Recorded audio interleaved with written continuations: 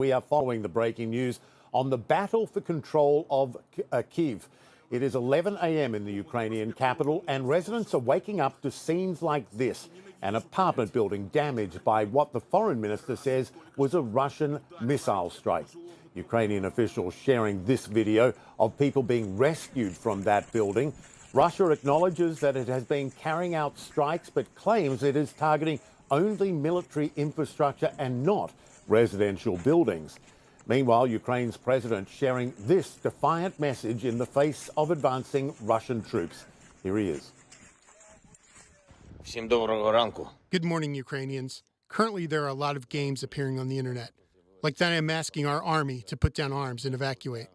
So I am here. We are not putting down arms. We will be defending our country because our weapon is truth. And our truth is that this is our land, our country, our children, and we will defend all of this.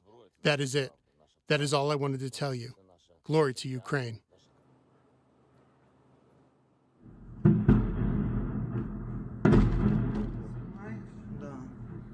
Blasts like that lit up the skies of Kyiv overnight. Ukraine says some of the explosions were from operations targeting Russian tanks.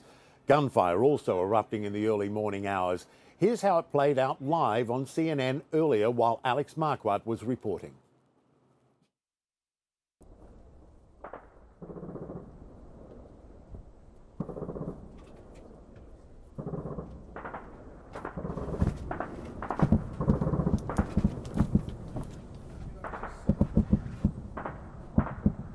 Come look. Sounds like it's gonna hit.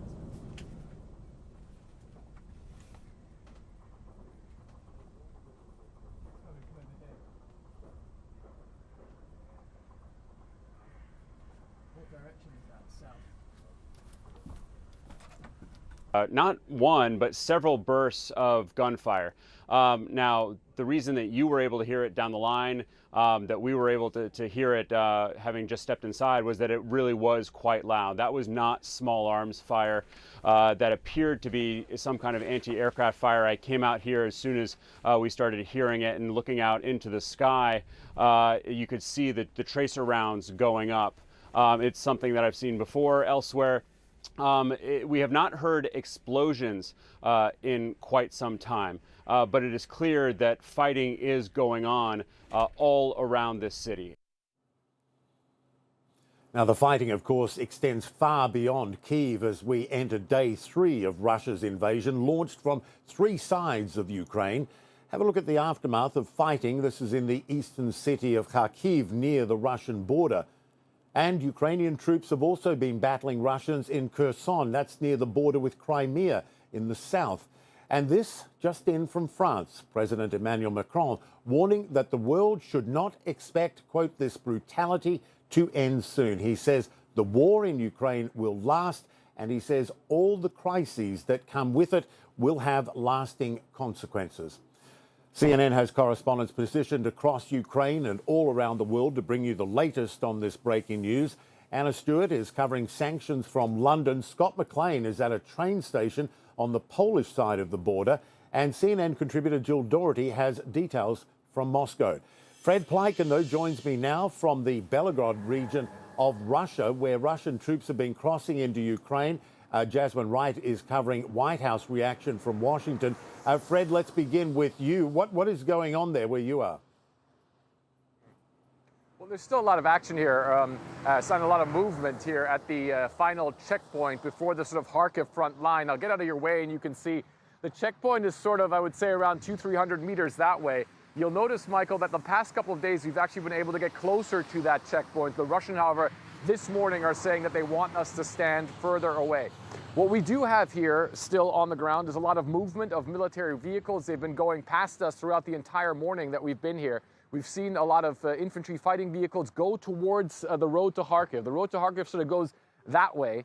And there's a lot of, as I say, a lot of Russian armor going that way. We've also seen a few ambulances sort of race down in that direction. Whether or not that means that the Russians may have been taking casualties on the Kharkiv front line at this point in time, we simply cannot say. But that's sort of one of the observations that we've been making, is that we have seen some ambulances go down there. And then also, Michael, quite frankly, a lot of soldiers also now being moved into that area as well. We saw a lot of armored vehicles the past couple of days.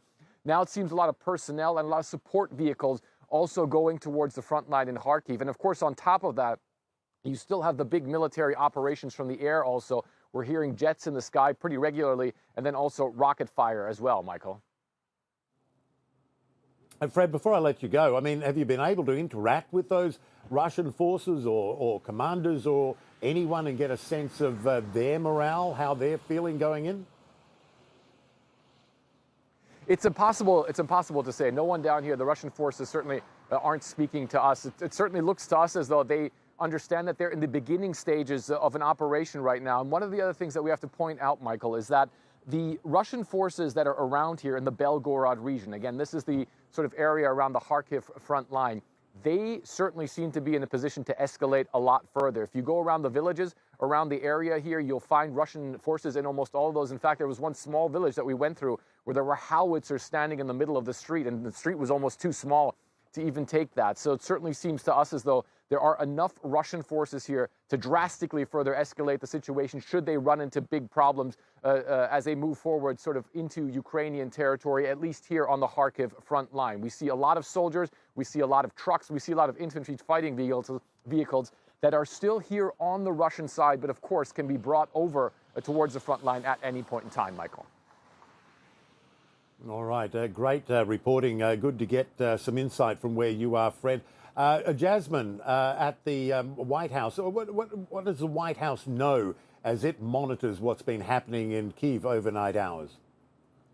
Well, Michael, the president is getting regular updates and staying in close touch with his national security team as he spends the weekend at his home in Delaware. That's what one White House official told me a short time ago. But no doubt they are watching the developments happening overnight, likely looking at it with a lot of concern. We know that over the past few weeks, they have issued those really grave and intensifying warnings about what could happen in Ukraine. And now we're seeing some of those predictions that were created because of that U.S. intelligence really come into focus here. And so officials, of course, are worried about Ukraine and the stability of the government, of course, the Ukrainian people, but also worried about President Zelensky as he says that he stays in Ukraine. And now we know that President Zelensky and President Biden had a phone call today, about 40 minutes is what the White House told us after it was done. And in a readout, they said that President Biden commended the Ukrainian people for fighting for their country and also spoke to President Zelensky about defensive assistance and support.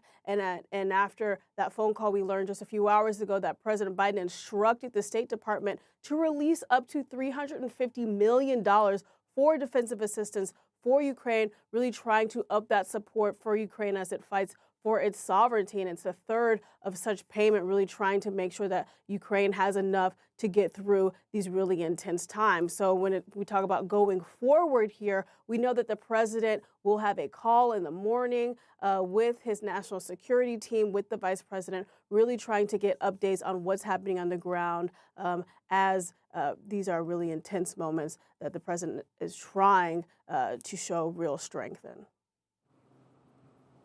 All right, Jasmine Wright, our thanks to you there in Washington, D.C. Fred Pleiken on the Russian side of the border in Belgorod, thanks so much for your reporting as well.